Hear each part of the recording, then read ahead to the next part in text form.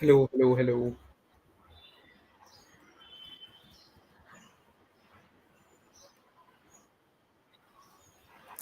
hello,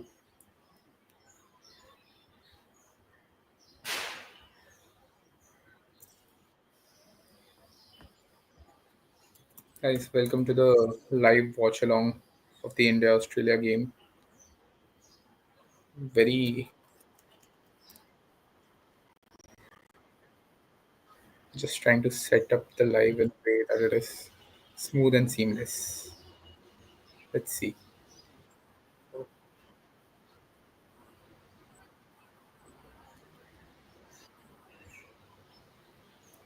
So I need to clean up my laptop webcam for this.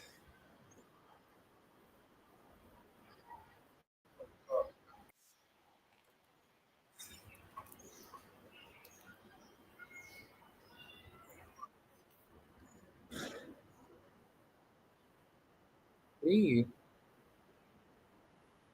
weird start to the Australian tour, I must say.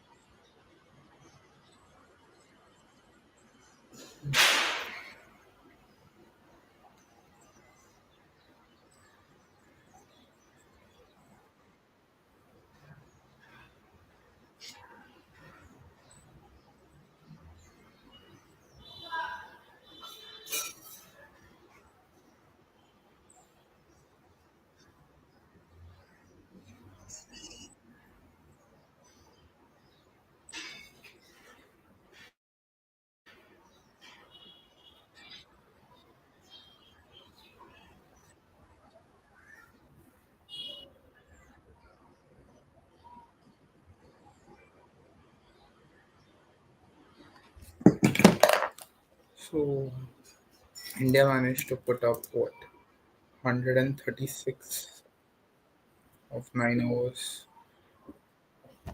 Not a very not a very desirable target, must say.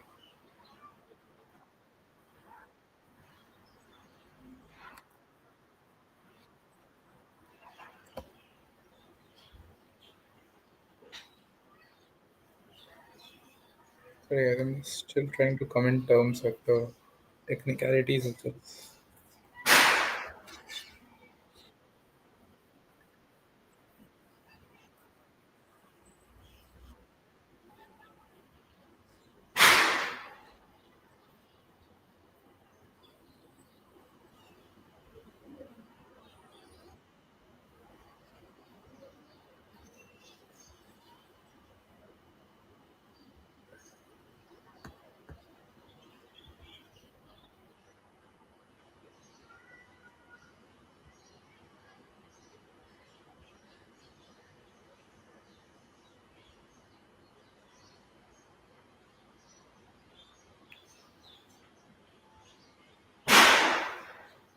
Arshdeep Singh has dismissed Travis Head. Good start for Arshdeep, must say. Not sure why he wasn't playing all this while.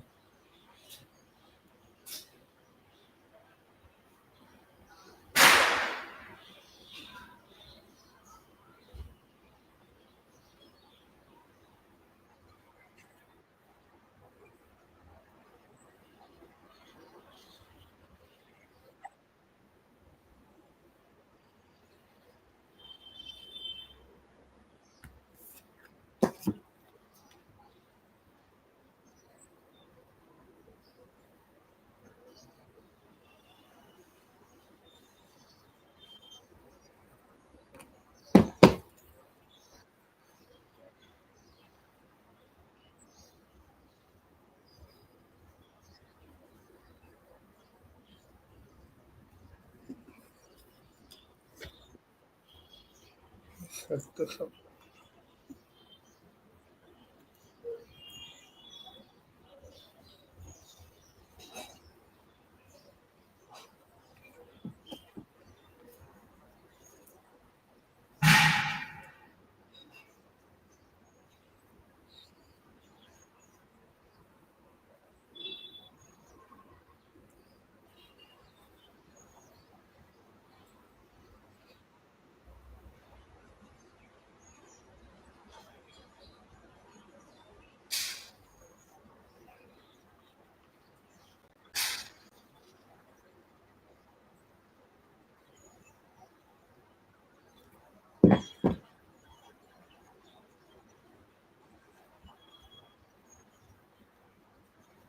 So there's my friend Akarshak who has joined the live. Oh, he's watching on you. What's up? Let me just clarify. He's an Australian fan from Bangalore in UK right now. Truly multicultural guy.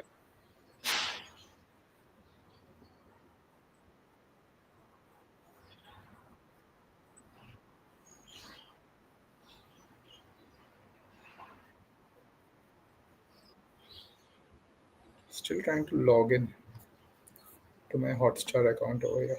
Very tiresome process, must say.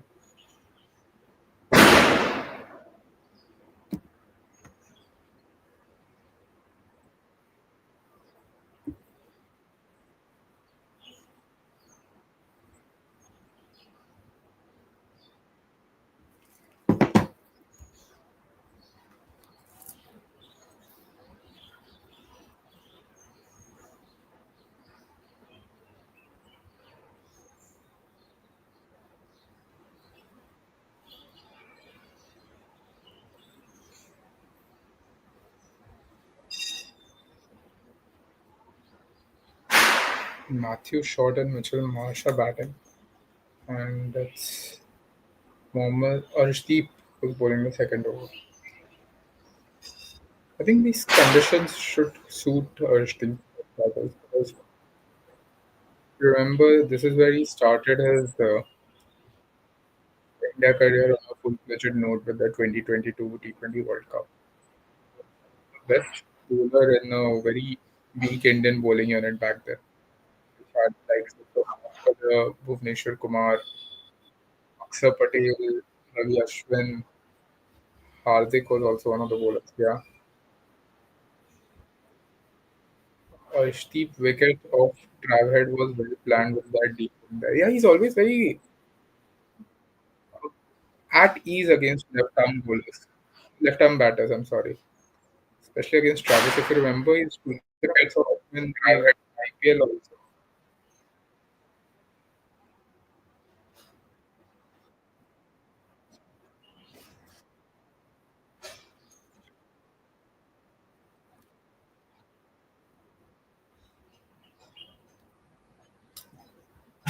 How do if anyone's pro way, how do I use this mic here? I've connected it to my laptop, but I don't know how to make good use of it. It's not operational, I feel.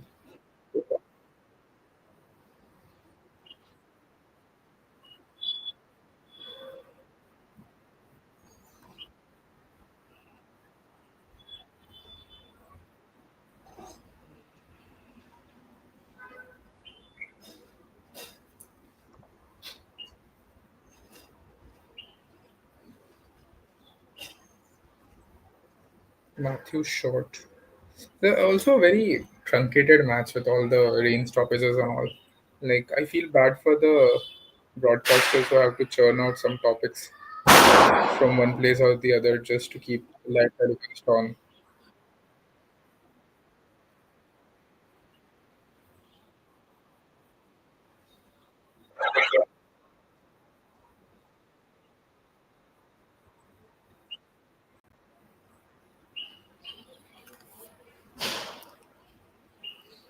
What is this function? I don't think.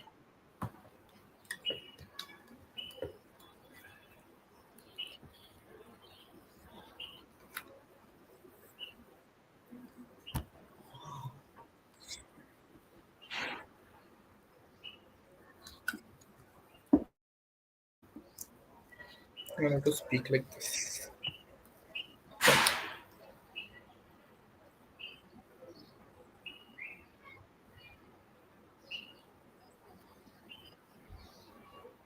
Hey, unlucky India with all the rain. Australia need to see off the new ball because the wicket gets much easier to bat later on. That's true. I don't think India were too unlucky. To be honest, if you look, we had a chance to accelerate in the later stages of the innings at least. Had a chance to accelerate easily with 5-7 overs remaining. KL there was also Washi Sundar, Nitish Reddy. I expected more from Rana in the last 2 overs, considering that he's being looked at someone who will tonk the ball in the death. So India should have done much better. You could actually see the likes of Nitish and maybe even KL. They were unable to clear the ropes as easily, and that's because they aren't as used to playing in such a condition where you're expected to go for boundaries every other ball in those large Australian grounds. So that was a bummer. India's clearly missing some good power hitters right now. So let's see how that goes. True, Kanaman is my MOTM because he technically bowled 3 overs in the dead, definitely. And the way he was able to contain both KL and Nitish now, that was the good part because he knew he was bowling in a zone when their hitting arc was more towards the longer side of the boundary. So उस हिसाब से he did pretty well. Was just firing the balls in, not trying to bowl it too wide outside off. So a good job there by the offie. Good job, man. I think Australia definitely benefited from the rain, but they were also to the T with their plans. I was pretty unsure with what was India's plans with this game going forward in the innings because once you knew that the overs were going to be shortened after the 10th over mark, should have accelerated more with the bat. But let's see.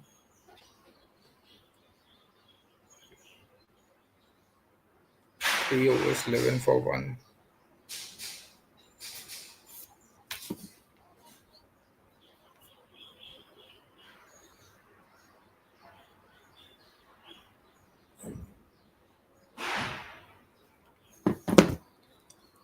Let's see how India go over here.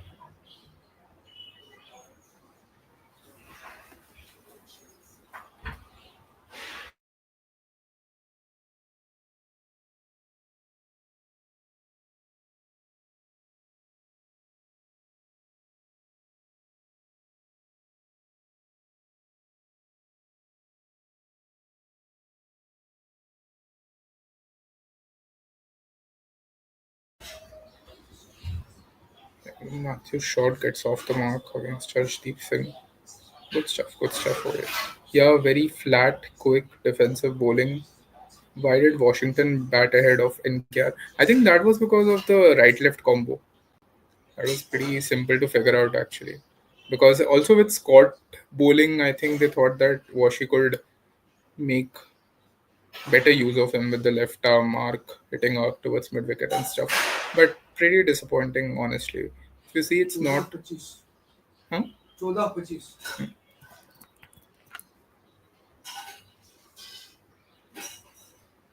Yeah. Finally got my. Uh,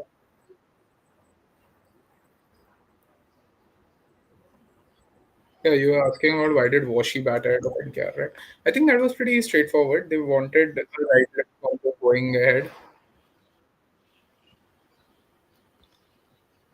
But quite disappointing. It is not that easy to go big against spinners or even fast bowlers in the death overs, and that's why pretty disappointing, honestly, from the Indian batters. They were lacking too many power hitters like Hardik, someone like a Hardik, someone like even a Shivam Dubey would have made a difference over here. Or if I don't know who else could go big. Shreyas Iyer could go pretty big if he stayed on for that long.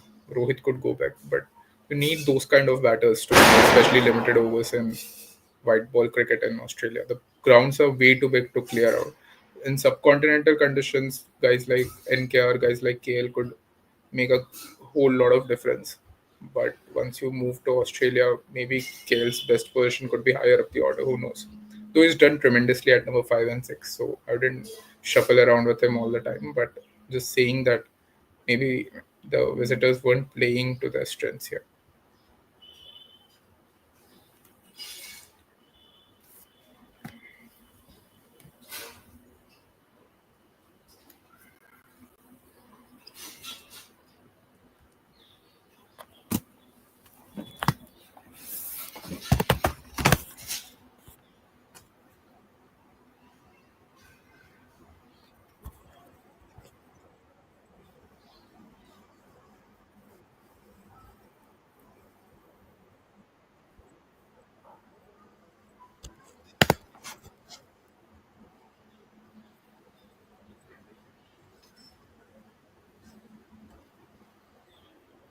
Lots of Indian supporters.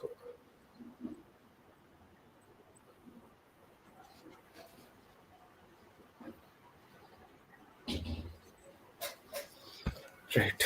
Harshdeep Singh, change of pace, couldn't really get on top of the bounce, I think.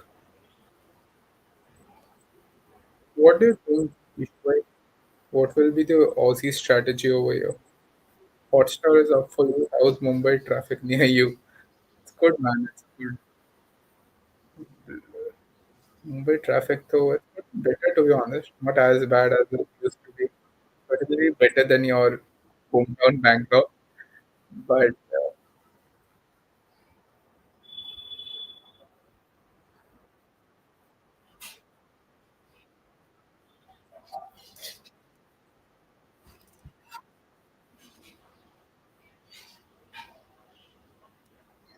let's see who's coming up next. Siraj to Mitchell Marsh to the stumps and defended. I think Marsh will try to play the anchor over here. He'll try to bat as long as possible. This Aussie batting lineup isn't as good as one would have expected it to be.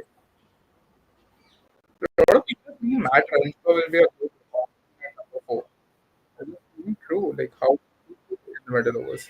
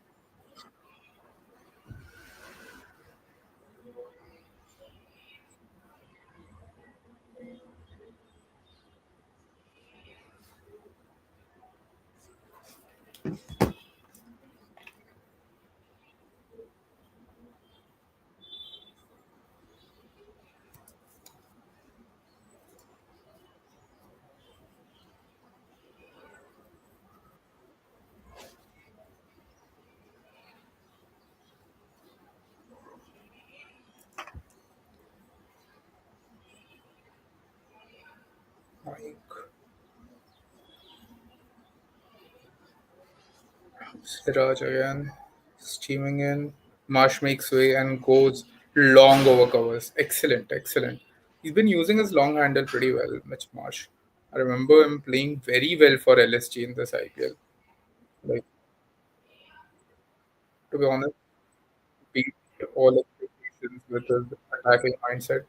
And even here, I don't know what was Siraj trying to do with the ball. He just cranked it up short, and Marsh just made room and went over covers. Landed a fair way back into the stance. He's such a good and clean hitter when in form.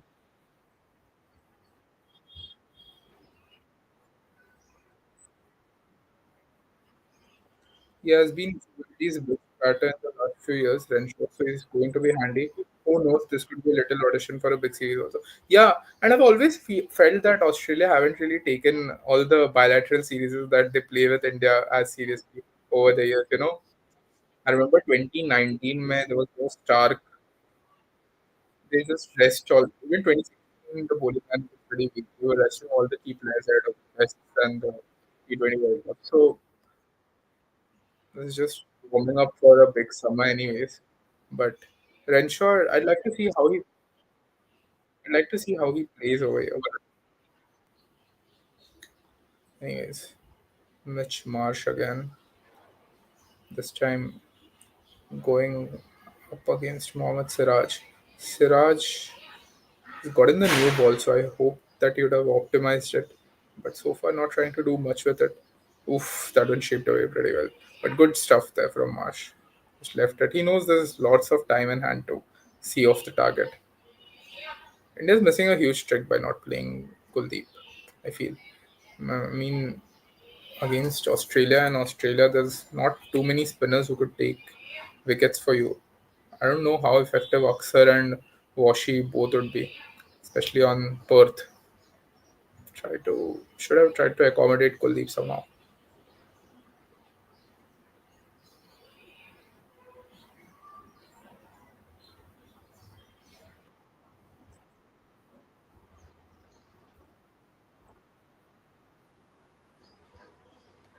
Yeah, Shield cricket is always a priority. That New York merchant also has landed in Sydney to play two Shield games.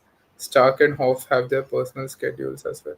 Ah, understandable. Like I don't think it's something to be criticized.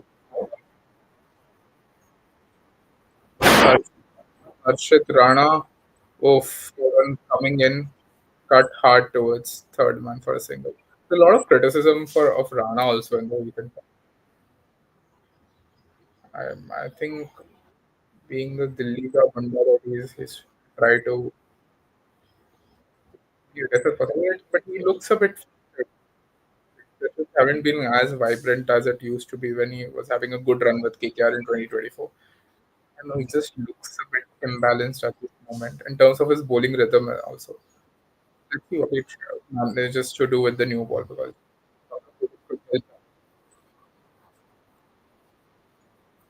Rana against Mitchell Marsh, wide shot and just that slashed hard over connection. Very poor bowling.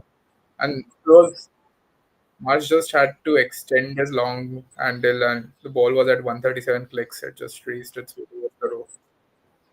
Poor bowling.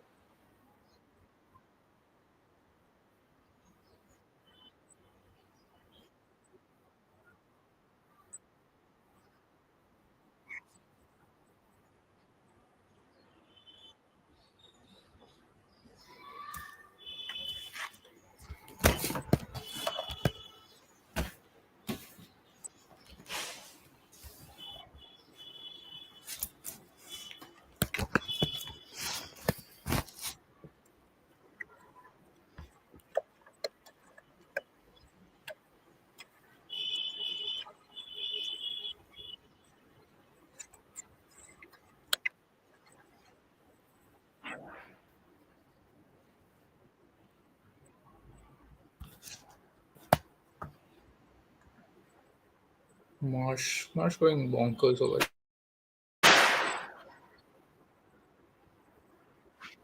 Harshit Rana to Matthew Short. This will be interesting. Rana just needs to maintain a good line and length for starters. Don't try to do anything too fancy, too full, and just defended easily towards mid on for a thing for a dot. Just needs to get into the rhythm for now. Don't try to bounce them out or anything.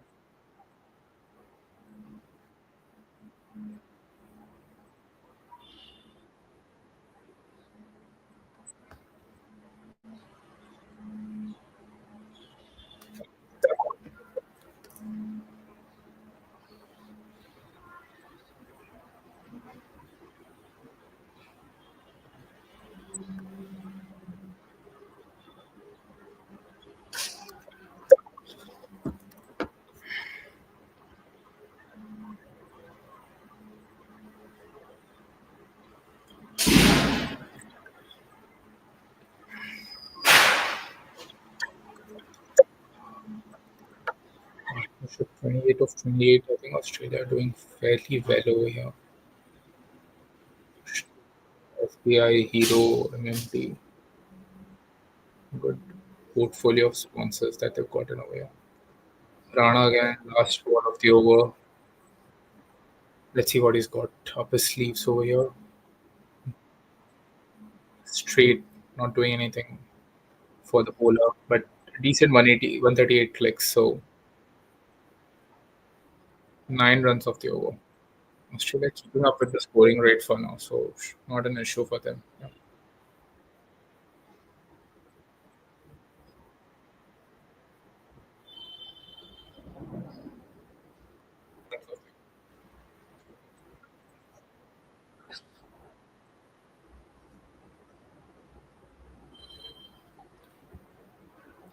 Seems like a no contest this match for now.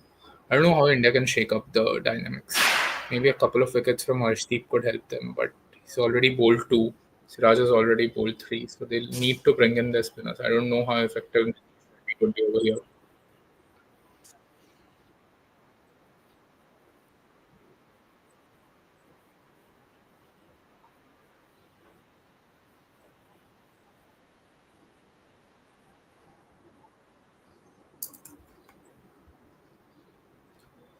Shubham Yadav buys his retirement tour for Kohli.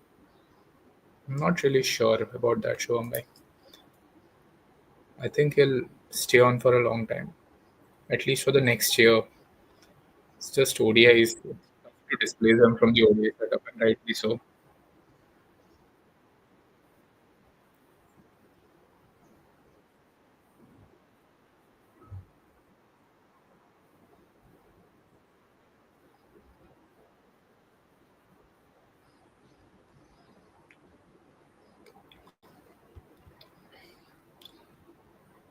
Mohammad Siraj on the stumps.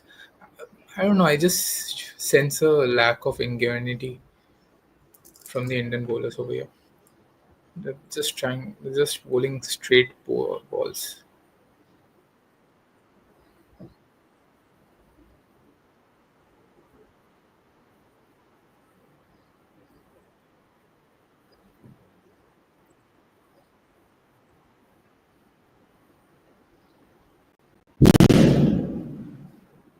Akarshak says Kuldeep, no brainer. He had to play definitely. Yeah. Who else would you bank on to take wickets? I'm not too sure. Harshit is off color. Arshdeep is a, looks in good steam, so he took a wicket. Siraj isn't doing much with the ball, and then I'm not sure how well they perform at first.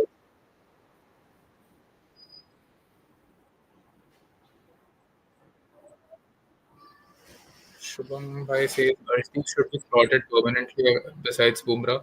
Man, swing around outside. Yeah, that's true.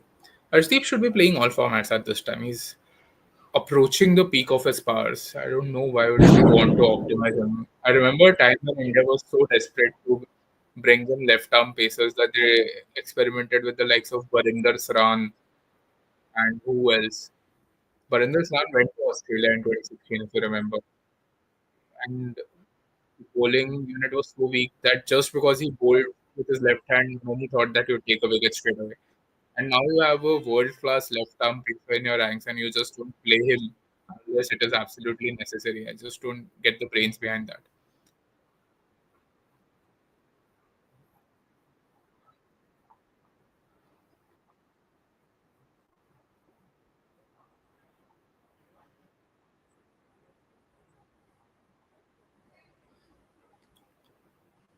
Akarshak Bhai says these guys have a weird feel for Washi. They want to make him an all format player when he really isn't. I feel that he could do pretty well in at least ODIs and tests. He has a good knack, but he can't be a frontline spinner. I'm not so sure, especially in ODIs when you need Trophy to do much more than what he's been able to extract off the ball. He needs to work on his variations. In tests, you bowl long spells and if the ball pitch does something, if the Surface is sluggish. He manages to outwit the batter with a straighter one, of course. But in ODIs, his looks like the 10 overs that the batters would want to have. So I'm not too sure how he would go about his business. Unless he's bowling the power play overs and something like an Aksar.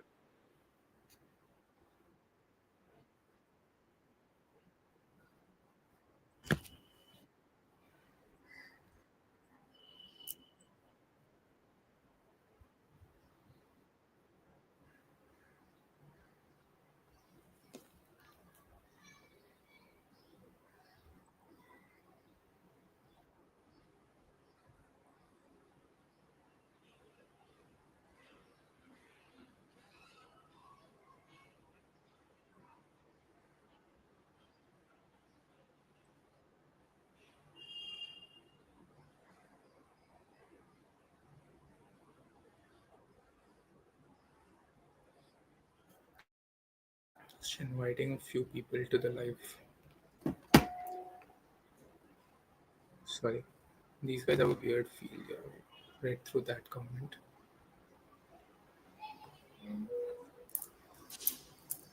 On masala hai.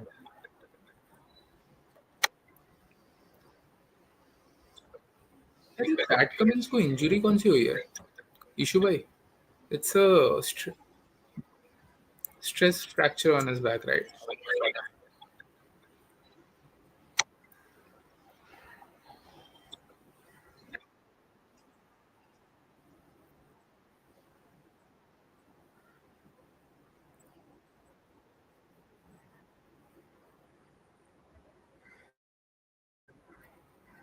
Nice. So it's who's coming up next?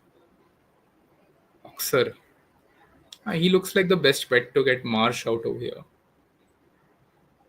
But I don't.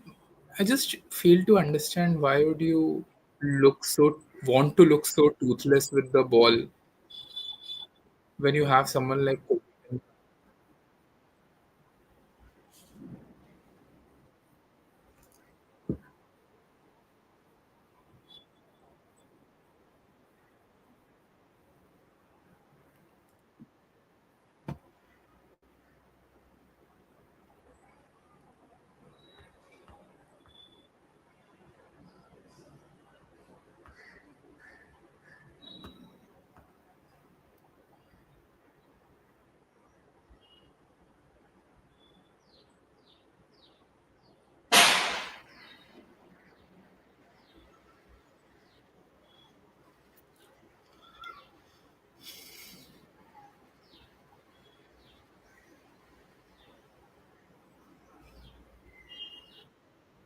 Travis though played straight to Arshdeep's hands over there. This is the thing with instinctive players. Now they can't curb their ability to make strokes even when they know that a trap has been set for them. It's very interesting psychology. Obsession with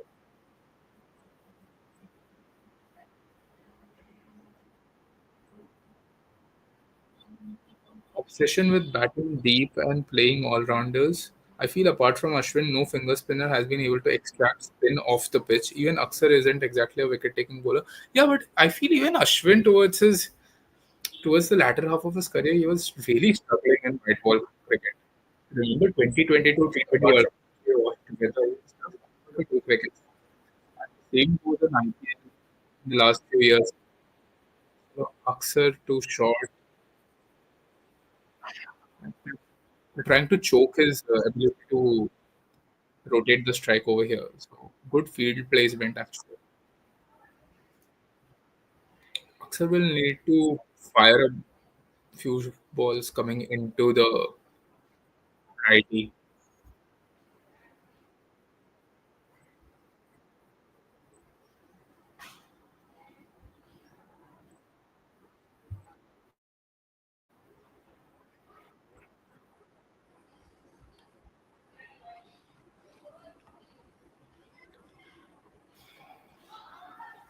Aksar again. Aksar too short. Who pitched towards off and played straight to Gill at short covers. So the idea seems to be to squeeze the flow of runs and then bring in someone like a Washi whom they try to take on and then induce a top edge or something.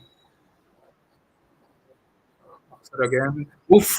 Oh, this is gone. Excellent, excellent. Well planned and well executed. That was the idea. Short, just frustrated with the choke of runs over there. Look at the way he gave tossed the ball up slightly, and this was taken pretty cleanly by Rohit at short third man. So they packed the offside field. It was what Australia tried to do with Virat. So you just give him nothing to play in the offside, and then try to ask him to go over the covers, over the circle. Excellent, excellent delivery.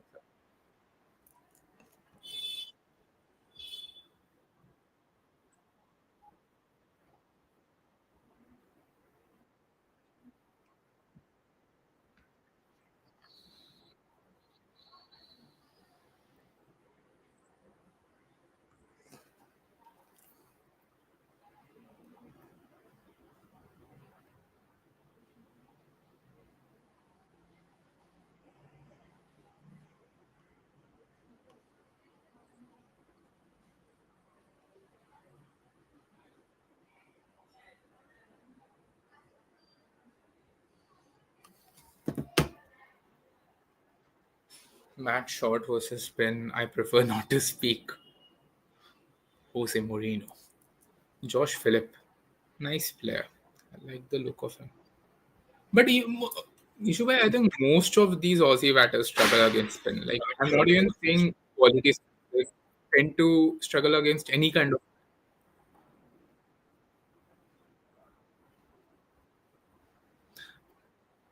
Also because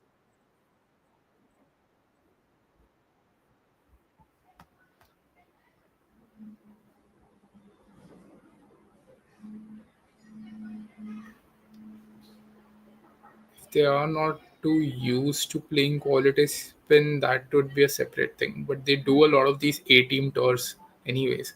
I just don't get it why they go to the back foot as soon as they see a spinner. Like I remember Peter Hanscom being someone who was really skillful against spin, but even he overused his feet to an extent. Harshit Rana ji back for a second over. Let's see. Josh Phillip versus Harshit Rana. Uh, Fired into the stumps, deflected towards fine leg for a single. I want to know what is Rana thinking over here. I mean, I get his plans, that is just to keep a tight line and length, but at least Aksar had a plan over there. He set his field in a way that singles couldn't be conceded, and then his final ball. If you look at the difference between his fourth and fifth delivery, there's a 8 kmph ka difference. So he gave the ball a little more air, and then invited him for the big shot and got a wicket, and the fielder was set over there. Even if the plans aren't being executed well, the thought process should at least be clear at this stage, I think. You just can't let them rotate the strike so easily, especially when the scoring rate is well within reach. Hmm. Smith, Marnus, head counter attack, Marsh hitting down the line, Carey sweeping reverse. All of these guys have their way to go about playing spin. Short has none of these, all cross batted stuff. Yeah, I'm not saying Marnus, I'm not too sure about what he tries to do versus spin, but Smith and Head to are like quality international standard batters. Marsh, only recently I feel that he's developed his good game against spin. Carey, I believe, yeah, he's a good sweeper. I was just seeing the general Australian batter who enters the team straight away. He looks a bit clueless against any kind of spin. So I remember Darcy shot was quite a live wire back in the days, I think 2019, 20. But just whenever he entered the spin bowling territory, had no answers. And that is because of the conditioning they have over there, so I won't read too much into it. But oh, Rana, has he gotten a wicket over here? Oh, he's gotten a. Oh, no. No, it's not a wicket.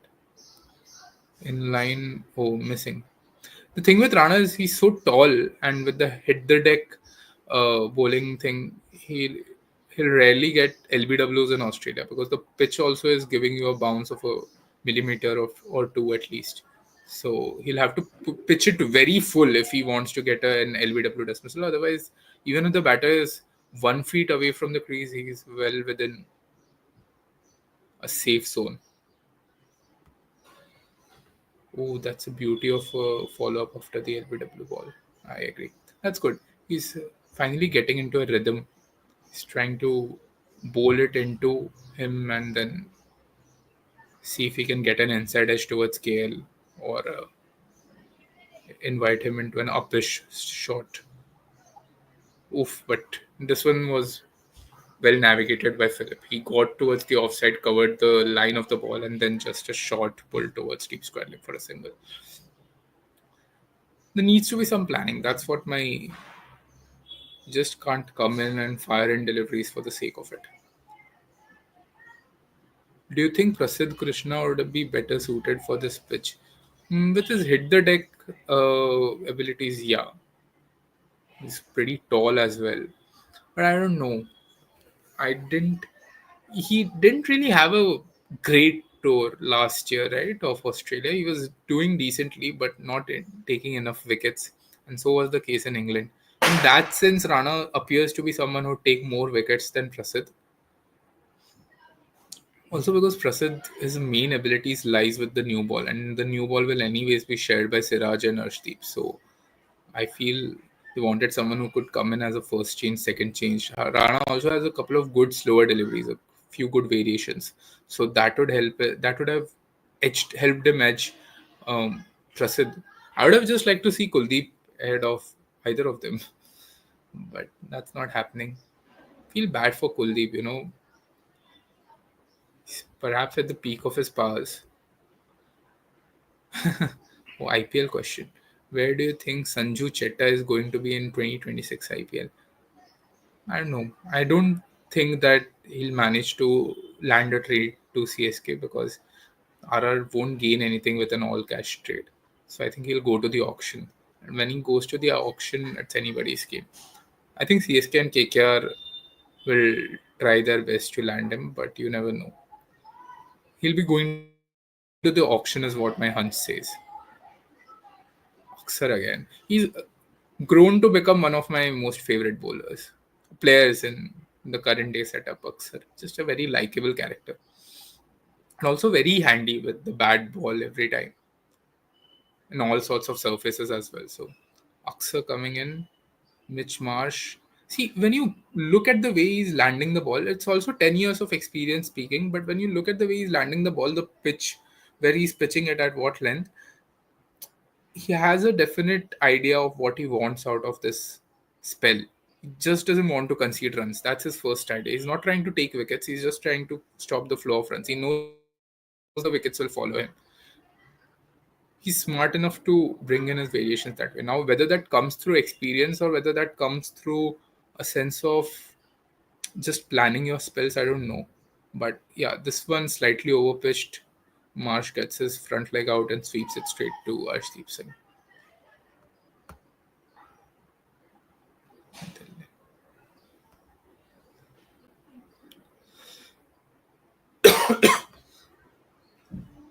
India should celebrate Aksar more. What a product of BBKS. Has had an amazing hairline comeback too. Yeah, but if you think about it clearly, Ishubai, Punjab took away his hair and Delhi gave him his hair back. So I don't think you can take enough credit as a Punjab fan for the regrowth of his hairline. But definitely, what a player, yeah. I feel bad that he's not being used as much in test matches. The only reason I'm got an edge over there as well, but an unlucky four to end the over. Now you can't set a fielder right there, but good four. Marsh is going to see this in innings through. I'm pretty sure he has a good head on his shoulders now, Mitchell Marsh. I remember. Do you guys remember Mitchell Marsh used to play for Pune Warriors India, and he used to look like one of the most erratic cricketers back in the days. Aksar at home in test matches is borderline unplayable with both bat and ball. You'd remember, right? The 2023 Border Gavaskar Trophy. I think he was the second highest run scorer after Rohit in that series. He was better than every Indian batter. And he was, most of the times, he was arresting a collapse, then steadying an innings, then going for the big shots. And he did that so consistently 3 years back, and his batting has only grown in the last 3 years. So I don't understand why they don't play him now in test matches.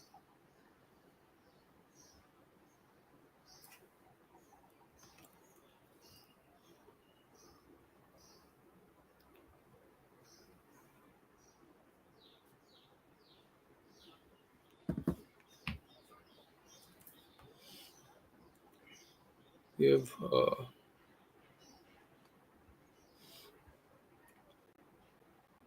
Harshit Rana again. Longest spell for Rana. Third over on a trot. Nice ball. Nice ball. Again, squeezing the flow of runs. On top of off. 140 clicks. Good ball. Now, here's the plan, right? That he wants Philip to pull or just go towards the back foot and cut it towards point, and he has fielders set for both of these shots. So, and now he's bowling through the seam, so no cross seam bullshit as well with the new ball. Good stuff. Good stuff here from Rana. You can't deny the fact that he's a talented bloke. Like tall, muscular, he can crank it up short. So good stuff from him. But hope he gets a wicket here. Again off. Oof. Unlucky. Pretty unlucky. Only if you'd have mistimed it slightly. But the ball had too much pace in it for this to get caught at deep square leg. That could only happen if you'd have rolled his fingers over slightly. But this one to just got an outer edge and landed. Is it a six? Appears to be. Yeah, it's a six. Easy six. Good. Now Josh Phillip is just trying to accelerate up the ante somehow. Akarshak says Mitch Marsh was a fat kid who could muscle the ball in 2010. Crazy how long he's been around for. Turns 34 tomorrow. True, man. True, true, true. No, and I remember it was not until 2021 that you thought that Marsh should have a good international career. I remember reading before the 2021 T20 World Cup that Australia won that Glenn Maxwell said that Marsh is in a Bradman-esque form. I mean, that was the highest form of praise you could expect for a player who was yet to make it in international cricket. But he had worked on a T20 game primarily, and he was batting at number three, and he was just going for the big shots. And he credited a lot of that to, I think, Justin Langer back then, who helped him declutter his brain and just focus on his strength with the bat. Because he was always someone who could muscle the ball. But if you just streamline those talents in a way that helps you make an impact. That's what he's been doing in the last 3-4 years. And now today though you're seeing a different version only, a slightly more composed version. He knows he has to rally this lineup around him. So apart from this LSG stint, Marsh was always unpredictable and inconsistent in IPL. So that's why bro, I was so that's why I was so surprised at LSG wanting to make him their opener because besides his talent, he's never been someone whom you could depend upon to get you the big runs. He's always been someone who will produce a flashy cameo or something, but never been someone who could get you runs when you needed him. But in this time, I remember LSG was just faltering around and he was the one who was holding that entire batting lineup together. He scored around 500, 550 plus runs at a strike rate of 170, bro. And you could credit that to the fact that he was playing in the power play, but he helped them scale like feats of 70 to 80 runs or 90 runs in the first 6 overs. So very good stint at LSG for starters.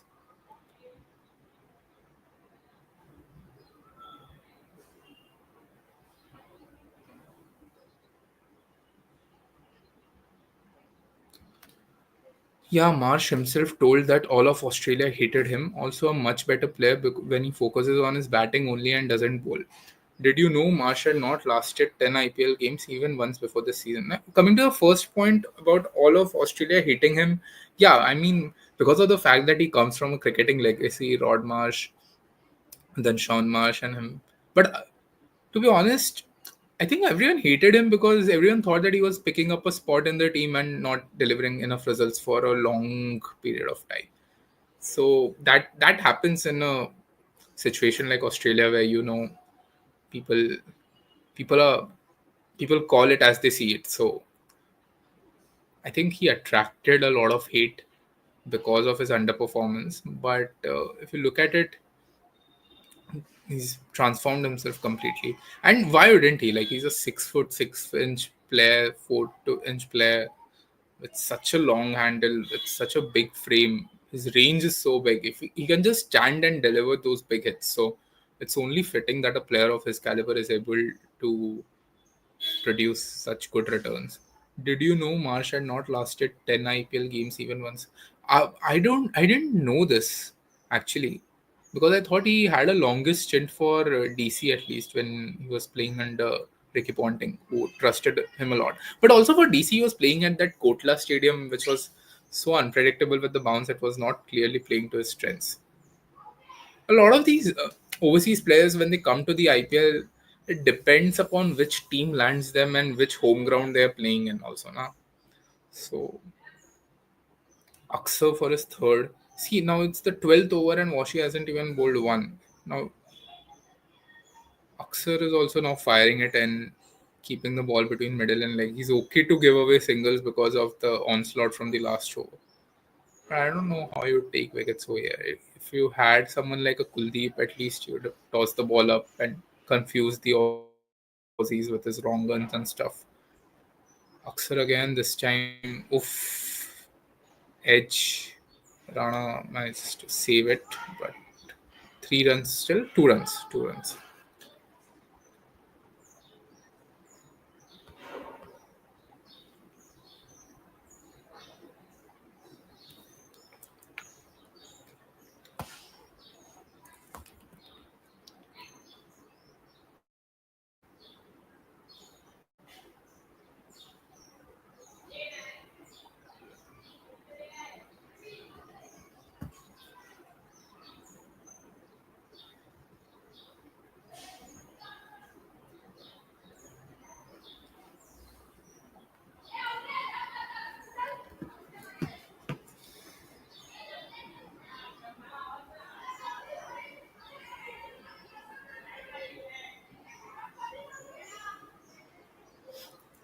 It's funny when these guys picked NKR in West Indies tests, but gave Yashasvi an over and not NKR.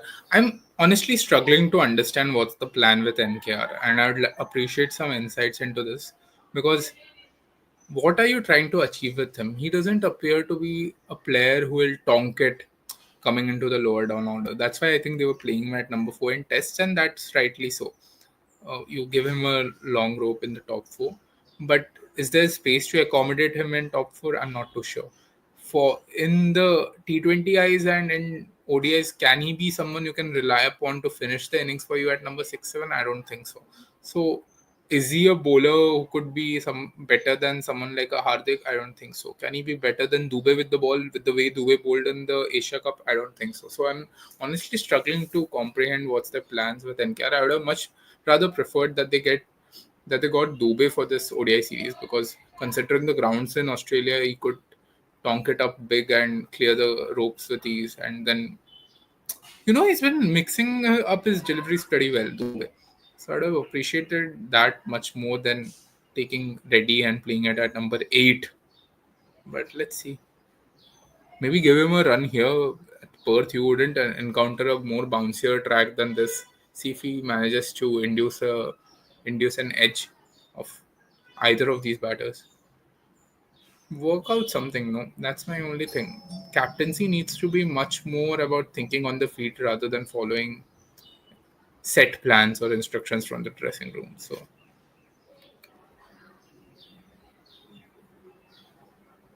We have four watching now.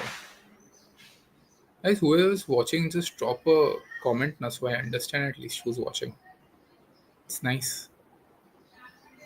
NKR is best at 5-6, plays best when he has 7 to 10 overs to go. This year, SRS tried him at 4 and he bricked it. Uh, I think we shouldn't read too much into what happened with SRS this year and what their players performed because except Abhishek, I don't think anyone had a good run. And it was primarily because their entire strategy of boom or bust had to explode at some point in time. It had to. I was pretty sure about it from the beginning. You can't go into matches saying that you'd be scoring at 270, 80, 300. Let's be honest, despite all of that strategy, you haven't really managed to win an IPL trophy. So even if a team is scoring 170 and managing to win it, I think they have a better strategy than you have it in place. So Nkya, they tried to bat at 4 and asked him to go big from ball 1. I don't think he's that kind of a bowler. Batsman. I feel NKR is being groomed as a successor for Pandya. Even I feel so, but I'm not too sure about his bowling abilities in that aspect. Pandya, even when he started off, he had a flair with the ball because he's taller also and he has a run up which is action and run up which is very typical to that of a frontline bowler. So Pandya had that flair. I remember earlier on he was very erratic with his line and length, but that's everyone. But now if you look at Pandya, he's as good as any other medium pacer. He'll bowl the length balls with the new ball. He'll offer some variations. Only thing that he doesn't do is the Yorkers, so you don't need to bowl him at the death. But he's always a wicket taking option. Is Nitish Kumar Reddy a wicket taking option? I'm not too sure. Is Nitish Kumar Reddy a player who can help you finish off an innings and absorb the pressure? I think he can absorb pressure, but can he finish off an innings hitting the big shots when you need like 30 needed of 3 overs? I'm not too sure. So I think his role definition is pretty unclear as of now. But let's see how they go about that because he's young. They're trying to experiment around him with around a few roles, but for this series I would have much rather preferred Shivam Dubey.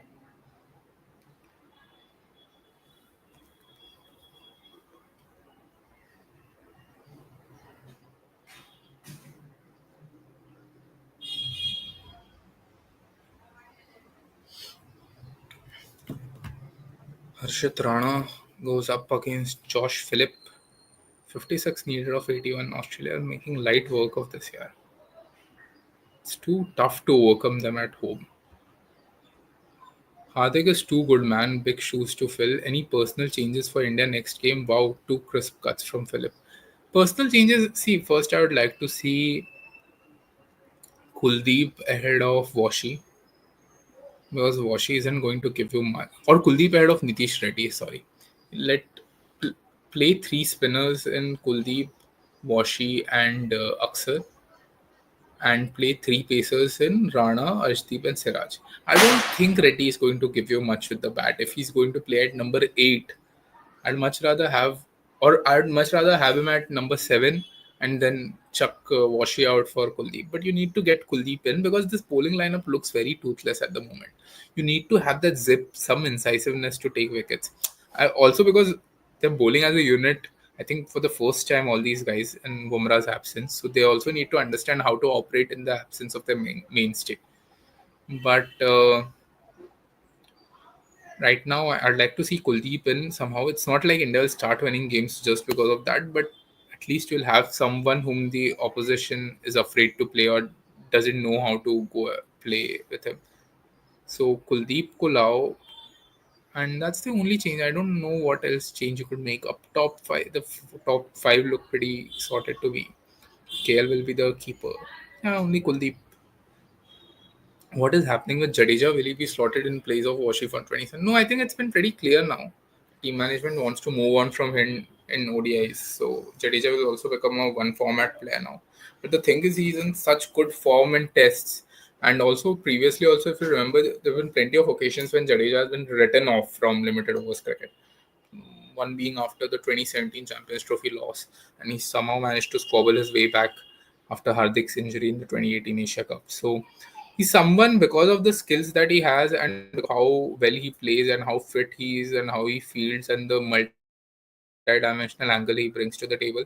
He'll always remain in the reckoning, but I don't think the team management is looking at him from an ODI perspective. I think Agarkar said that there's no need to carry an extra spinner to Australia, and that's why Jadeja wasn't taken. And Jadeja said in the post-match press conference after the West Indies game that the management has told him that don't want him for ODIs for now. So the road right now seems rocky for him, but you never know. If he continues playing and if there are some injury setbacks going forward, maybe he could come back into contention.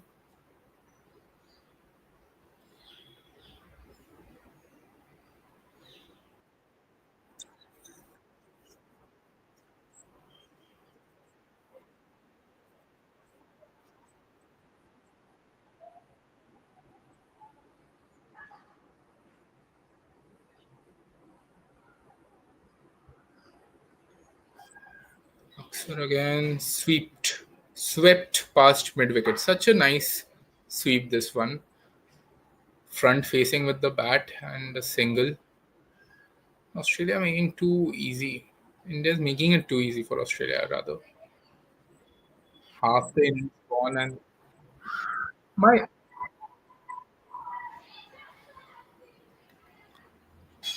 my issue with this inning so far has been that there's been no real intent with the ball. We speak a lot about intent with the bat, but there needs to be intent with the ball, and it needs to be a cohesive, collective intent where you're bowling in tandem in a plan to take wickets. Except Aksar, I haven't seen anyone who's really come in, except Rana's second over and Aksar's spell so far.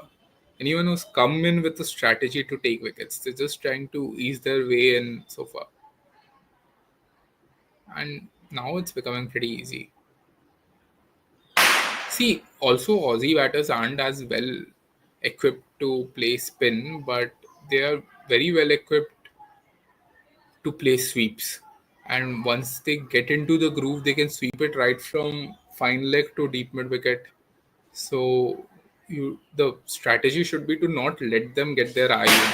And that's where someone like a Kuldeep comes into play because even he doesn't know where his ball is going. So the batters would definitely won't know. Aksar bats at 5 in ODIs also. Give NKR a go in the middle order. They should bat KL at 5, NKR at 6, Aksar at 7. Yeah, Aksar bats at 5 in ODIs. I think that's interchangeable with KL and Aksar at 5 6. They bat him at 5, I think, to break the monotony of right handed batters. But also, Aksar, even if you look at Aksar, he's not an explosive batter who could go for the big runs straight away. So you need to give him time to get his eye in and then go for the shots. And he's never produced a match-winning ODI knock, but always some decent contributions, cameos with the bat. So they're trying to optimize his opportunities by batting man at 5, where he doesn't need to go bonkers from ball 1. And then they play KL at 6 because if there's a quick follow wickets, he arrests that collapse. And if you need some quick runs, he's able to do that. So KL is truly an asset in that angle. But Aksar, I'm not sure. If he doesn't bat at 5, I don't think he's the right fit for 7 because he's not truly someone like a Jadeja who can go for the big shots, especially against paces and stuff. Against left arm spinners and against maybe left arm pacers also, he could be pretty good because then they land the ball in a range where he could attack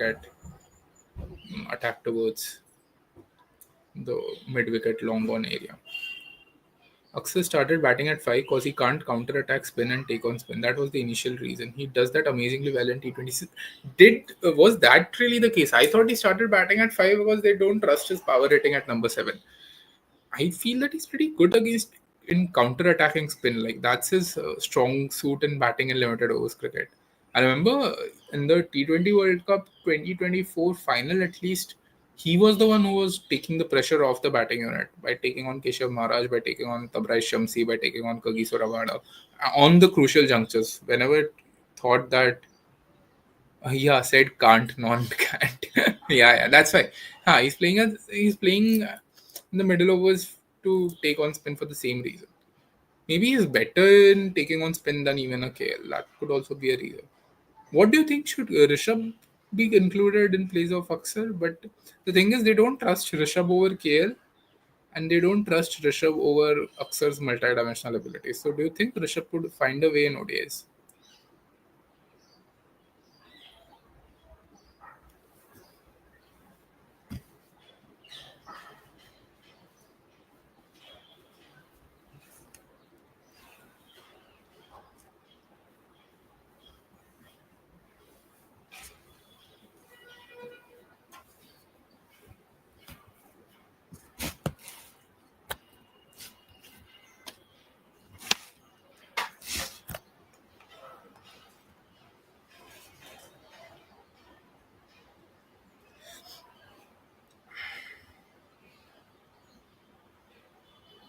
No, no, no. Keep that fellow out of white ball squads. His record in international get worse as the radio. Yeah, I also feel so. He's not. Is I the only thing is he's got too much promise and too much talent, but he's also squandered away a lot of opportunities now. So, but ODIs, if you remember, he was having a good run before his accident in ODIs. Uh, Won a crucial series decider against England in 2022, though, where he scored 125 and I think Hardik chipped in with 70. So he's not a mug with the bat in ODIs, so he could be a good option. But the thing is, KL has grabbed all his chances here. Now you can't move him out, and certainly with the bowling depth obsession, you can't move Aksar out also for him. Only way I see him making a way in is if Rohit and Virat vacate their spots going forward, and then Rishabh could come in. But right now, in the current scheme of things, his place in the 15 could be a certainty, but not in the 11.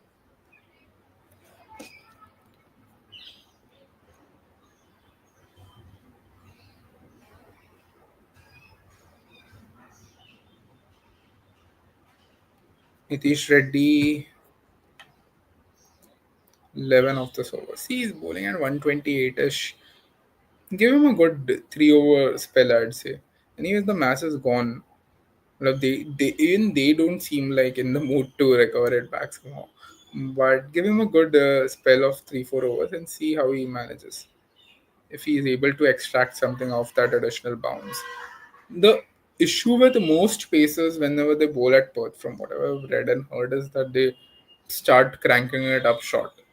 That shouldn't be the case. You should bowl it at length and then let the additional bounce take an edge. Invite the batsman for a drive at least. If you bowl it short, they always have the option to clear the back leg and then go for a wild hoik over point or then pull it over pull, deep square leg.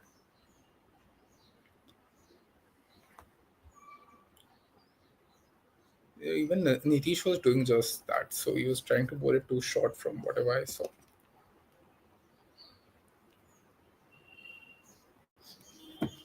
Washi Sundar into the attack finally. Round. What's that, man? That's wide force. This match is beyond repair. Do you think there is any possibility of Shami returning to the squad after his recent Ranji performances? Hmm, I think, see, in India, it's best to not have a showdown with the selectors and stuff. But the thing is, Shami, as Agarkar also said, he's an incredible performer.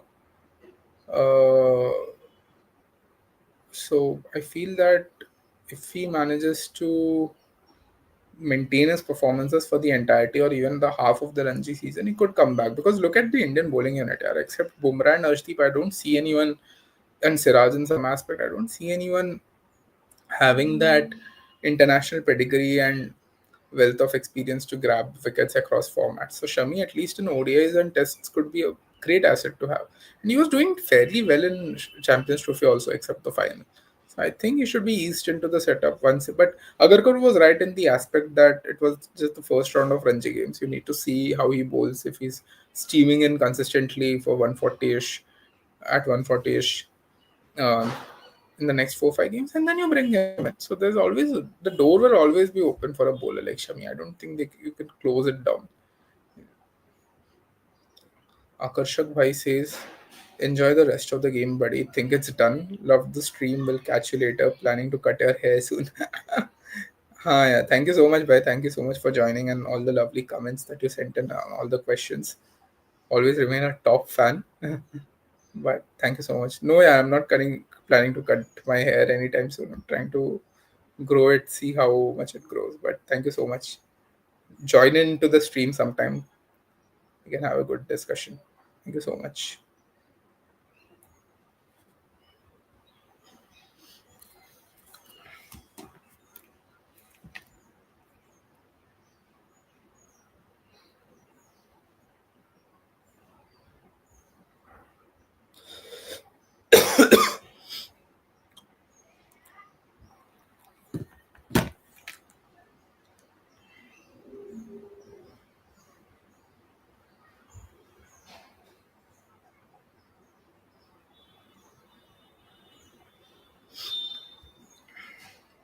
Oh, who took this wicket? Are Sundar got Josh Phillip out. So nice. Sundar against Matty Renshaw. Hmm. Nice. This will be a good matchup. How much do they need now? 36 ish, right? 32 of 64. Nice. Slip and plays. Good stuff. Even the thing which Sundar is, I've rarely seen him take the ball away from lefties. Always trying to bowl the carom to the lefties.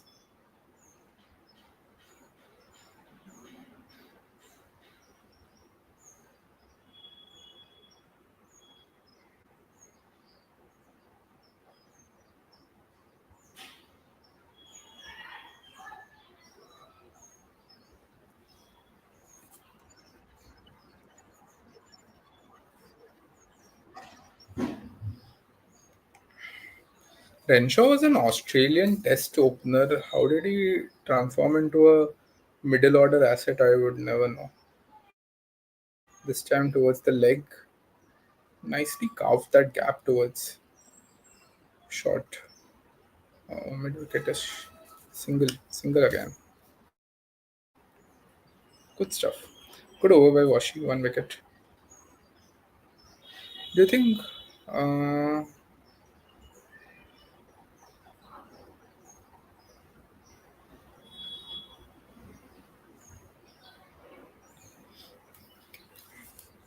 Rocco? We need at least one century from both of them in this series, just to silence the critics for now. Because otherwise, until the next series, they'll keep harping upon how you don't need these two in the team. I don't understand when your last two ODIs Champions Trophy semis, Virat was the man of the match player. Final, mein Rohit was the man of the match. How can you not have them in the team? It's a given. Arshdeep, nice. This is his territory. Back end of the innings. Thing with Arshdeep is if you look at his bowling in the final death overs, also he's never too reliant on the Yorkers.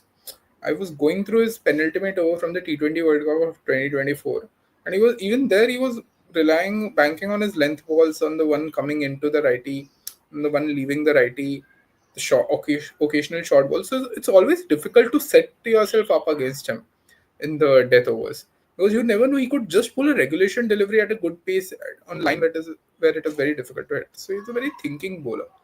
Even look over here. He's not going towards the bouncers or the Yorker straight away.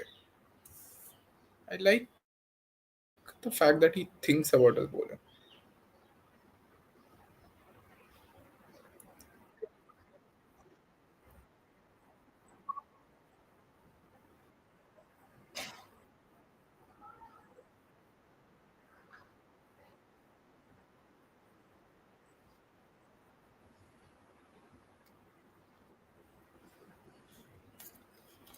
Ashdeep against Marsh. This will be a good matchup to see. I think he can try experiment coming around the wicket to him. Ashdeep Marsh, faithful. This stealing, yeah, Aussie mentality now dies down. And the score required run rate is less than three, I think, at this point in time, and they're still trying to. This puts pressure on the bowler fielding unit because you have overcrowded the inner circle to stop the flow of runs. It's not like you're conceding boundaries, you're still conceding singles. So that downs the morale instantly.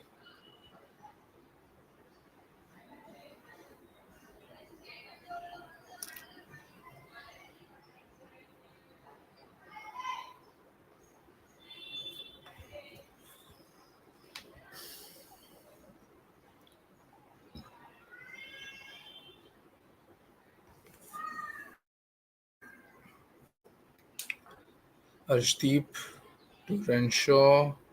Oof, nice one, nice one. Look at this was what I was speaking about. You need wickets over here, and his go-to wicket-taking delivery or wicket or the run-stopping delivery is the Yorker. And even here, he's got a ball which could trap Renshaw in front of stumps. He mixed his pace up well after bowling a quick 135 uppish delivery in the last few ones.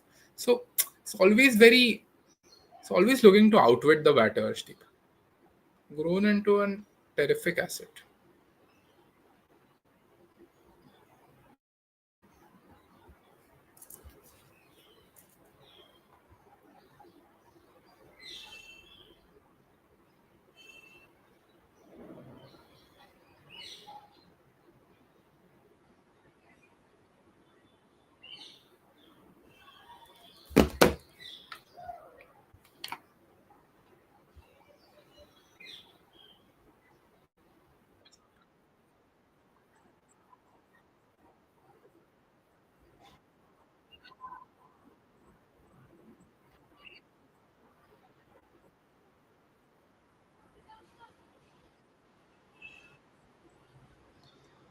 Ashdeep again this time took an edge towards Gill.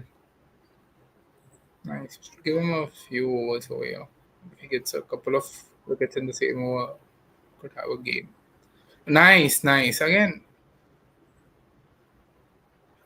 another thing I've rarely seen him have an off day. Even on his off days, the batter will have to be in a really good groove to take wickets against him. He won't be conceding runs by bowling erratic line and length. I think Ashdeep has understood the key of succeeding in modern day white ball cricket. The ball isn't going to do much, the pitch isn't going to do much.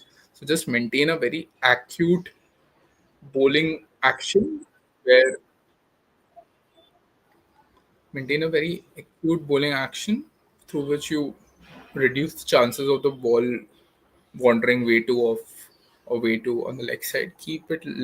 Keep the ball towards the stumps on the offside length.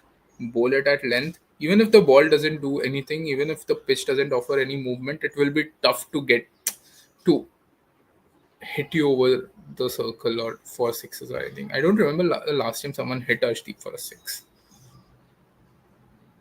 Only when he goes towards his slower deliveries in the death, maybe he exposes himself to sixes. Washi Sundar. Washi Sundar to Mitchell Marsh. Nice, interesting. Round the stumps. A single, quick single. Marsh is going to anchor the chase till the end. There's no chance he's letting India find a way back in this game. Sundar's best chance could be against Renshaw because he's looked very tentative in his footwork so far. So try to maybe invite him for a slog sweep and cover up that entire leg side boundary and see if you can get a catch over there. Oof, down the track. Oh, wonderful, wonderful. Was it Shreyas Iyer? So athletic. No, it was Siraj. My goodness. I don't remember the last time a pacer pulled off this acrobatic fielding technique. Huh? Amazing stuff. And he's wearing Prasid's jersey. Trademark Mia Bhai. But look at the effort over here. Was jumped both hands on the ball, knew that he couldn't get himself inside the rope, and then just released the ball straight away. Beautiful, beautiful. Why was he fielding at long off though? Every time a pacer does a good fielding effort on the boundary, I am more concerned about the fact that they've been positioned over there in the first place. The long one is a place where long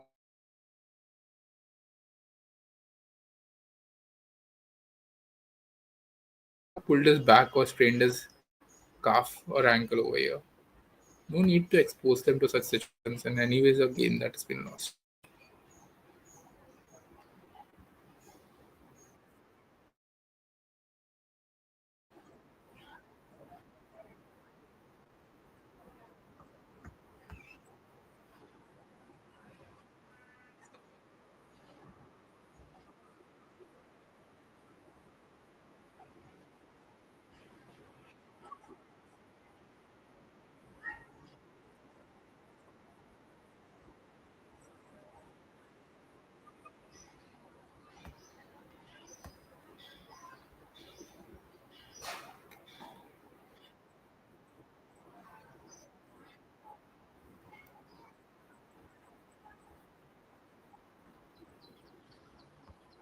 I was recently watching Bhuvi's debut against Pakistan. Man, he would have loved today's pitch.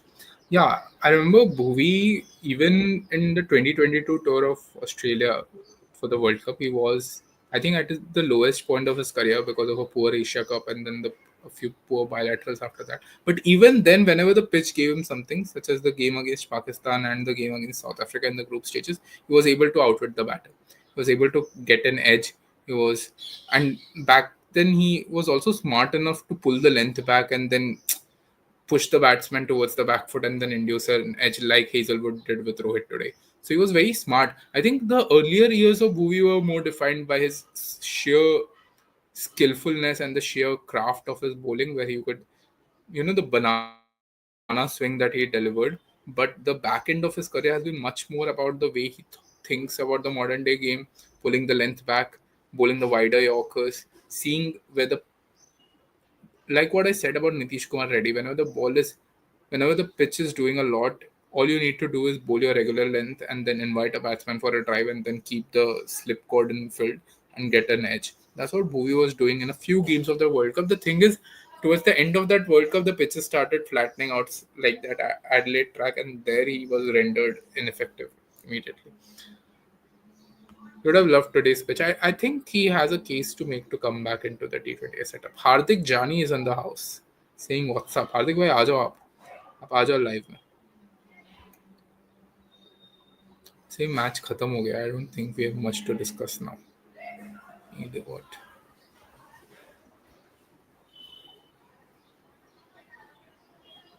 15 needed of 47 by a sad game.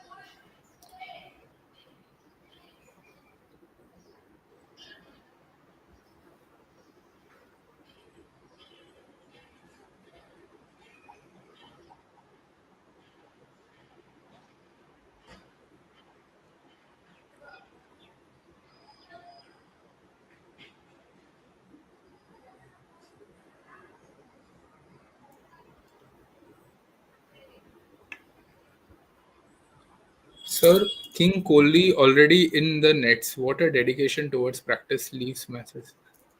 Okay. I thought he was on the field. I think he's on the field. But today's dismissal of his was very well planned. I talk about it on my video as well. But it was sort of typical to how Michael Clark plotted to dismiss him in the 2015 World Cup semi-final. The idea with Kohli is like 47 to 48% of his first 10 of his power play deliveries, he wants to take a single or a double or somehow get off that strike. That's how he gets his engine rolling.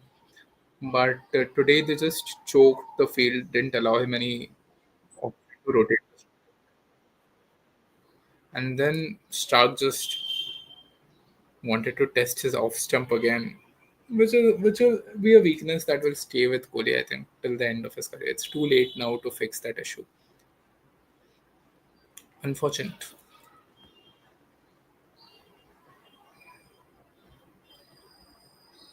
Arshdeep considers six of the first ball and then just a one in the fourth sense.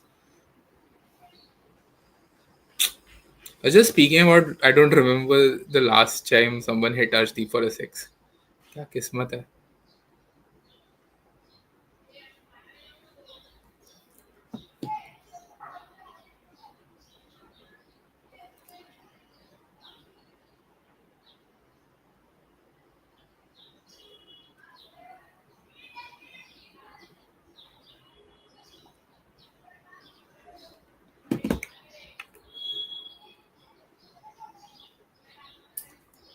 Yes, sir, will stay for the next month. Taking pot shots. हार्दिक भाई का लेकिन कुछ दीन ईमान नहीं है. Supporting whichever player is the flavor of the nation at that point in time.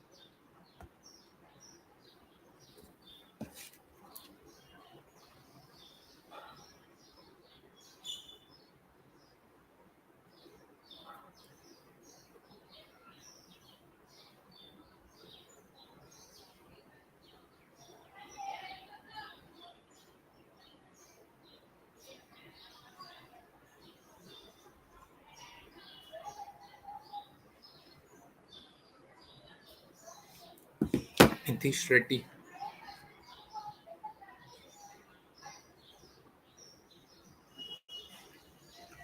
Nitish Reddy. Oof. Oi, oi, oi, oi, oi, oi.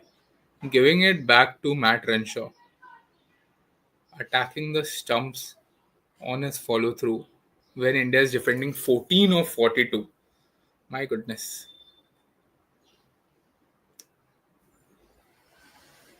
Yeah, आजकल यही है. You just need to star in moments, I think. Now this reel will go viral over the next few days of Nitish Reddy giving it back to Australia in their own backyard. They'll hide the scores from the reel, of course. But chalo, koi nahi. Another decent chance to get him run out. Can't deny that. Oh, gone! Oof, yaar, KL. Nice. That's what I said, na. If you pitch it on length, then you have a chance to get an edge. If you just start pitching it short, then it will make it easier for the batters. Nice ball there by Reddy. Angling away from Renshaw. Why is Renshaw looking so tentative? Issue by the Sheffield Shield uh, Connoisseur just told me that Renshaw has been Queensland's best batter over the last couple of years. If this is Queensland's best batter, I'm worried about Queensland's fortune. Renshaw dropped on 12 by Rahul. ऐसे दिखा रहे जैसे the match is on the line. They need 13 or 40 guys. Ball coming in. Much good stuff by Nitish Reddy with the ball so far in this over. Opinion on Rohit Sharma, sir. Mumbaicha Raja. In my books, my second favorite cricketer of all time, Rohit Bhai. He was undone by an unplayable delivery today. Bhai. वो वैसा ball of Hazelwood ना. Hazelwood, because of how tall he is and because of his unique action, where he just very the ball act the fr- front arm comes very close to the ears, and then I don't know how to explain it clearly, but he bowls it in a way that the trajectory will be inwards, but the ball will go outside. So he just needs to correct the length because the ball will always come inwards and go outside. The only way you can cancel that out is by shuffling across to the offside and covering that line and pulling it towards deep square leg, like Rohit did in the 2023 ODI World Cup final. But if the pitch even has a little bit of assistance, that will force the batsman to go backwards because of the additional pounds, induce an edge, and then gone. So that was an unplayable delivery. I don't have much to say about it. It's just Hazelwood is too good as a bowler. Like all of us who didn't watch Glenn McGrath, he's the closest that could come to McGrath, I feel. And Australia is so blessed to have him.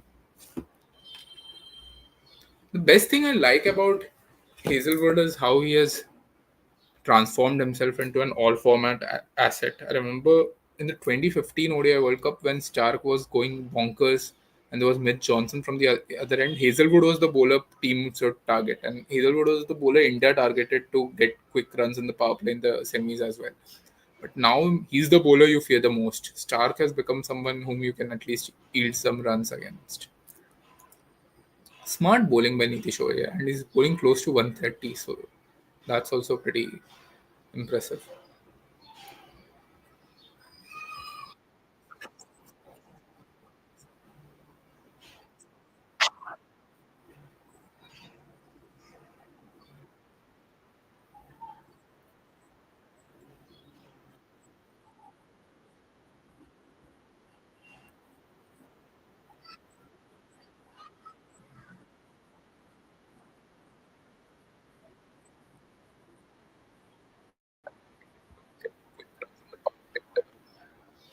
clutch god Hardik Pandya also Mumbai's Raja. Yeah, he's a India's a Raja only. The way Hardik uplifts his game in the big matches when the stakes are high. Yes. He's someone you'd miss in such moments. Not like he'll bring a dead game alive, but at least he'll do something which will get you a couple of wickets. I rarely remember the team turning to him to do something, whether it is to score runs, whether it is to stop the flow of wickets, or to take wickets with the ball, and him failing to do so. His fitness aside, his consistency in terms of appearing for matches aside, which is down to his fitness eventually. Whenever he plays, he's at his 100%, and in the form of following the brief, following what his expectations are from the team, 10 on 10. Very few players have that ability. A lot of players just wander around in the team and they're kept in the team until they start delivering results. Hardik is bang on.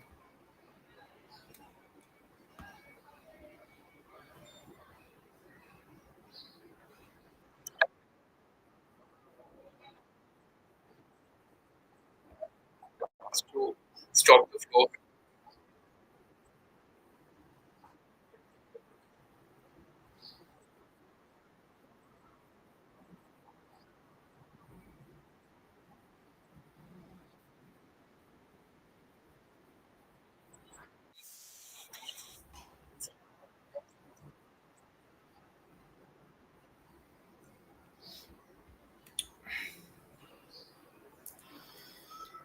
How much do Australia need now?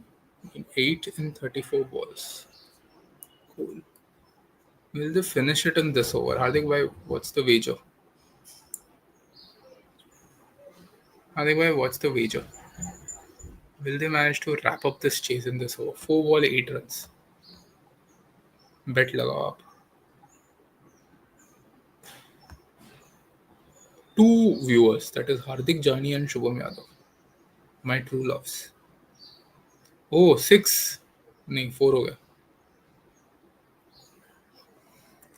Well, I somehow sometimes I look at bowlers bowling in such matches and I understand why they're not going at their absolute best. Arshdeep, you won't see Arshdeep bowling in the 130 range ever, but now he's bowling at 131 because he knows the game is out of bounds anyways. Why put the extra yard and put your body on the line? Something that modern day cricketers are very well equipped at in terms of managing their workload even when the match is on. Look at the pace that he is hitting. It's Perth. It's the bounciest track. It's the quickest track in the whole wide world. He's India's premier pacer.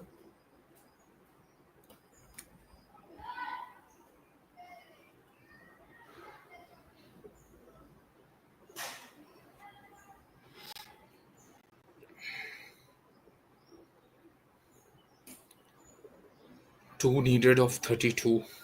Matt Renshaw. I'm happy for him in the sense that he finally managed to get a few runs under his belt. He just looked very iffy with his footwork and just lingering the bat out in the danger zones all the time. Oof. I think he'll be playing a couple of dots to let Mitch Marsh complete the half century.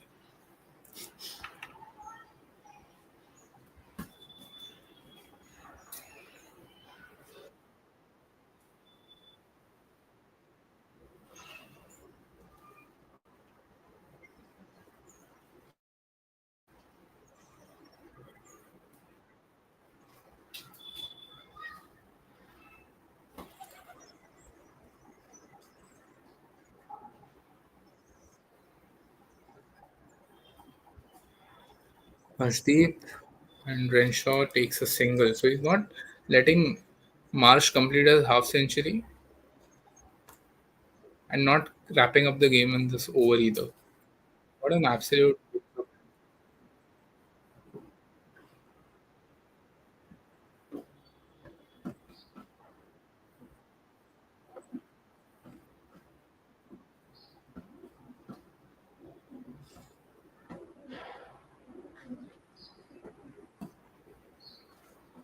full support. किस बात पे भाई support कर रहा